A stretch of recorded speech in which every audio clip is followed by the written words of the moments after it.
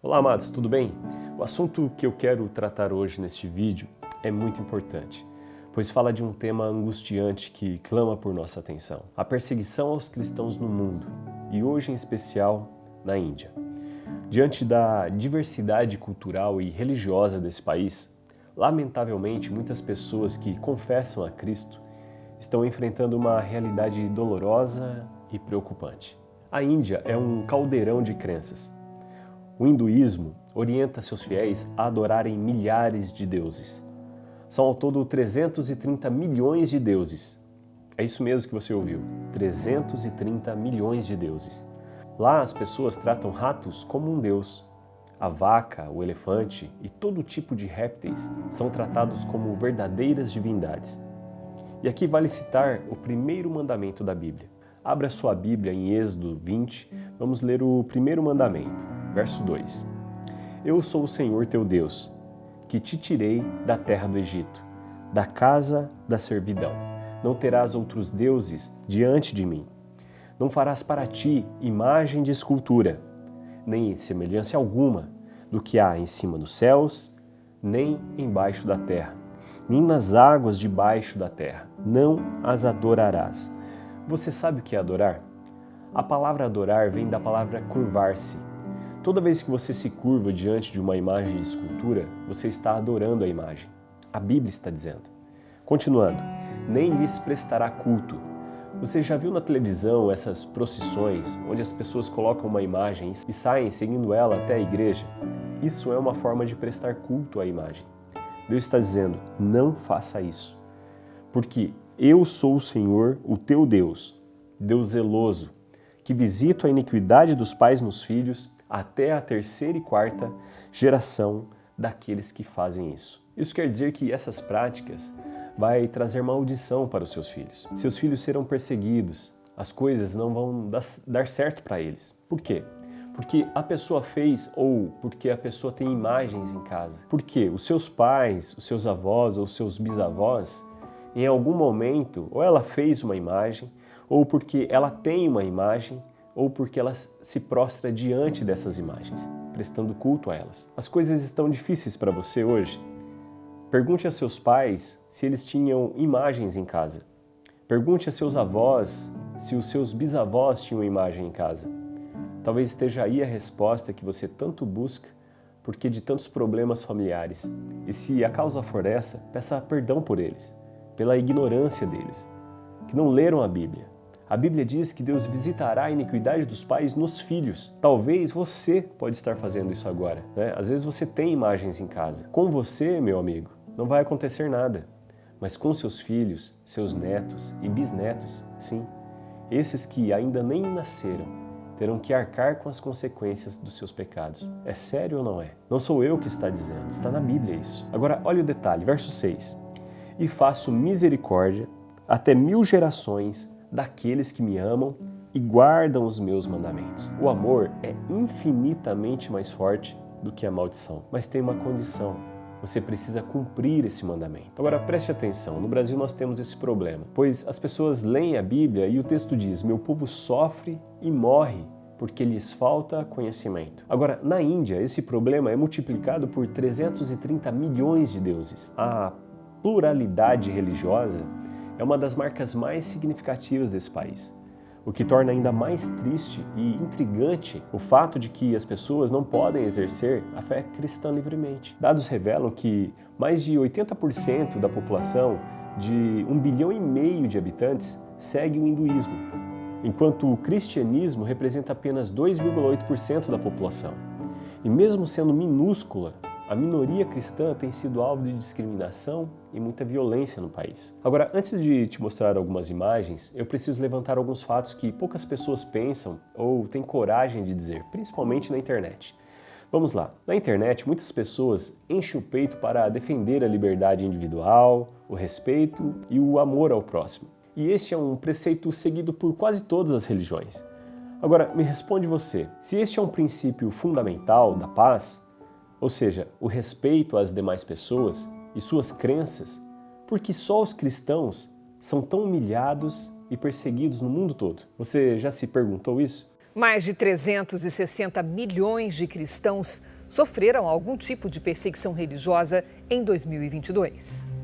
O levantamento é da organização não governamental Portas Abertas, que anualmente divulga números sobre ataques a cristãos em todo o mundo. Pois eu nunca vi cristãos humilhando, batendo, violentando, maltratando uma pessoa porque ela faz parte de outra religião. Você já viu?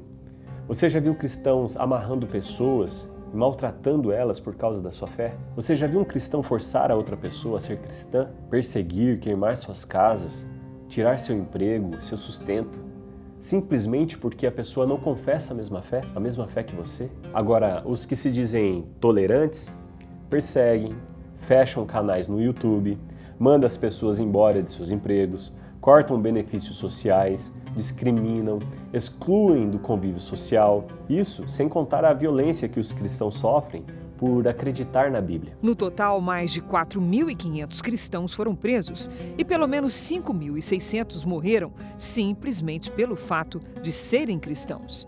O número de igrejas fechadas, atacadas ou destruídas passou de 2.100. E ao contrário do que os tolerantes dizem, a Bíblia nos orienta a amar o próximo. Você pode ver isso em Mateus 22, no verso 39.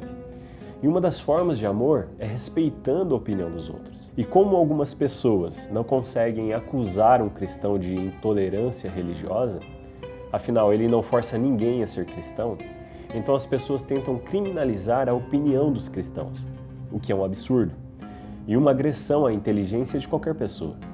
Os verdadeiros intolerantes, para acusar os cristãos de intolerantes, dizem que o fato do cristão ter uma opinião formada sobre determinado assunto é sinal de intolerância. E você ter uma opinião formada sobre determinado assunto não é intolerância, é apenas uma opinião. Acredita e segue o princípio quem quiser. Ninguém é obrigado a seguir a opinião de um cristão. E um dos princípios da Bíblia é a liberdade. Jesus, em determinado momento, ele chega a dizer o seguinte: vá e pregue. Se a pessoa não quiser saber, vá embora. Não é seu trabalho convencer a pessoa. Esse trabalho é do Espírito Santo. Agora eu vou te mostrar o que é de fato e de verdade um ato de intolerância religiosa. Veja isso. Em Manupir, na Índia, mais de 100 igrejas foram consumidas pelo fogo e mais de 200 pessoas foram brutalmente assassinadas. Mais de 80 vilas foram reduzidas a cinzas. Neste cenário de desolação, aproximadamente 1.500 casas foram destruídas, deixando um rastro de tristeza e desespero. Milhares de pessoas buscaram refúgio e abrigo nas florestas, como você pode ver nas imagens, com medo de serem mortas. E agora, elas não têm para onde ir. E essas pessoas que estão aí na mídia, acusando os cristãos de intolerantes, se calam diante de atrocidades como essas. Onde estão as emissoras de TV brasileiras? Cadê a Globo, a Record, a Bandeirantes? Você acha mesmo que essas notícias não chegam até eles? É engano seu. Eles são os primeiros a saberem dessas notícias. Eles são os primeiros. Você não vai ver isso nos telejornais que você assiste. Você sabe por quê? Porque são eles que criminalizam a opinião e que fazem vistas grossas para os verdadeiros atos de intolerância. E quando a tragédia é grande demais, que eles não têm como esconder de você, então para não ficar tanto na cara que os verdadeiros intolerantes são eles fazem aí uma nota de 20, 30 segundos, mas nunca uma matéria mostrando o local da destruição, o relato das vítimas, cobrando as autoridades. Não, isso não. Os verdadeiros intolerantes não suportam terem que assumir a sua verdadeira face. Agora, veja essas imagens. Um grupo de tolerantes cercaram algumas mulheres cristãs e depois de terem abusado delas, tiraram suas roupas e obrigaram elas a desfilarem pelas vilas da cidade para causar medo e pânico às mulheres e às famílias cristãs daquele local. Nos últimos anos, testemunhamos um aumento alarmante de ataques contra os cristãos no mundo todo. E a liberdade religiosa é um direito fundamental do ser humano. Agora, você sabe por que os cristãos são perseguidos na Índia? Vou te dizer uma coisa aqui que os políticos indianos não dizem para a imprensa internacional, porque seria politicamente incorreto dizer. Mas os sacerdotes hindus afirmam que o cristianismo vai contra a doutrina de castas da Índia. Em outras palavras, o cristianismo devolve a dignidade à pessoa humana. Dá a ela o valor que ela precisa enxergar que ela tem. Revela que em Cristo ela é mais do que vencedora e pode conquistar coisas que ela jamais imaginou através do seu trabalho. Que ela sim tem direitos e pode ser feliz, sim, pode ter e buscar uma vida melhor. A Bíblia não impõe limitações a você, pelo contrário, ela ajuda você a ser livre de crenças e amarras, de limitações, de crenças limitantes, de bloqueios mentais que transformam você em um escravo. Jesus disse: conhecereis a verdade e a verdade vos libertará. Você só se torna escravo de algo ou alguém quando você não tem conhecimento. Porém, na Índia, se você nasce numa família pobre, você e sua família nunca, vou repetir, nunca poderão almejar ou ser alguma coisa na vida. Os sistemas de castas na Índia é uma estrutura social complexa. Ela classifica as pessoas em diferentes grupos com base no seu nascimento. Esses grupos, chamados castas, têm funções e status sociais diferentes, e o pertencimento a uma casta é determinado principalmente pela herança familiar, pela família onde você nasceu. Imagine um sistema que, ao invés de valorizar a individualidade e talentos das pessoas, coloca um peso gigantesco no sobrenome e na origem familiar. Sabe, é um sistema que tem influenciado milhares de famílias, milhares de pessoas, por gerações, moldando suas oportunidades, suas relações e expectativas de vida. E isso desde o momento em que elas nascem. Isso, na verdade, existe no mundo todo, no Brasil também, só que de forma velada. Mas para você ter uma ideia, por causa do cristianismo, isso aqui no Brasil, ele não tem força. Vou te dar um exemplo. Quando você conversa com uma pessoa aí da High Society, da alta elite brasileira, o cara não pergunta seu nome, ele pergunta o seu sobrenome. Então, se seu sobrenome for importante, ele vai te dar alguma atenção. Mas se for João da Silva, o cara nem vai querer saber de onde você veio. Porém, no Brasil, nós temos presidentes com sobrenome Silva. Temos juízes, médicos, engenheiros, enfim. Por quê? Porque você nasceu em um país cristão, que dá a você a liberdade de escolha, de estudar, de buscar seu lugar ao sol. E as pessoas devem agradecer ao cristianismo por isso. Mas a sociedade indiana é dividida em 4 castas. E se uma criança nasce em uma família de Shudras, por exemplo, vamos supor que fosse a família Silva, ela está condenada a ser um trabalhador braçal pelo resto da vida. Além disso, existe uma categoria conhecida como Dalits, que historicamente têm sido marginalizados e tratados com extrema discriminação, muitas vezes relegados a empregos sujos que ninguém pode fazer a não ser eles. O sistema de castas molda relacionamentos sociais. Você não pode ter amizade com pessoas de castas superiores à sua. Namoro, casamento, então, esquece. Quando uma mulher bonita, porém de uma casta inferior, quer se casar com um indiano de uma casta superior, onde ele é rico, geralmente eles fogem para se casar em outro país. Empregos e até mesmo o acesso a recursos básicos são negados a quem tem o azar de nascer em um grupo social inferior. O sistema de castas, ele afeta tão profundamente as emoções e a identidade das pessoas que elas vivem uma vida depressiva, uma vida dependente de deuses, de imagens de escultura. Agora, não pense que isso é ruim para os políticos. O sistema de castas é motivo de orgulho, mas para a maioria das pessoas é motivo de muita dor e destruição. E para muitas pessoas que não têm condição de ir embora do país, é um obstáculo para a igualdade e o progresso. Mas para quem é nobre, é uma tradição profundamente enraizada que não deve ser alterada. E o cristianismo vem para revelar ao indiano que ele é amado por Deus, que ele pode sim estudar, ter um trabalho digno, ter uma família e prosperar, que o seu futuro não está fadado ao que um governo ou um líder espiritual ou um Deus indiano tem a dizer sobre ele, mas ao que ele pensa sobre ele mesmo. E este é um dos motivos da perseguição aos cristãos naquele país. For Dalits accepting the Christianity, because Christianity has given them education, Christianity has given them food, Christianity has given them social status to come up in their life, and mainly education. And through the education, the Dalit Christians, those who have accepted Christianity, they have come up in their life. Christianity coming to India, especially in Bihar, Patna, it was a God's blessing that Dalits are liberated and they have recognized their human dignity. By the society, all the privileges from the government, it is not allowed to him. Okay. He cannot have any what is called government's scheme like making some houses or getting some fund from the block and all. That family is not given. If he reveals himself that I am a Christian, his job will be. Agora, por trás dessa narrativa cultural, a verdade mesmo é que Satanás não quer perder suas almas, seus seguidores. Ele quer manter a pessoa na escravidão espiritual. Não quer que a pessoa conheça Jesus e receba a salvação. Essa é a verdade por trás da narrativa cultural das castas. Você sabia que existe o absurdo que em algumas regiões lá da Índia, quando uma vaca começa a urinar na rua, algumas pessoas se jogam para poder beber, tomar a urina da deusa vaca?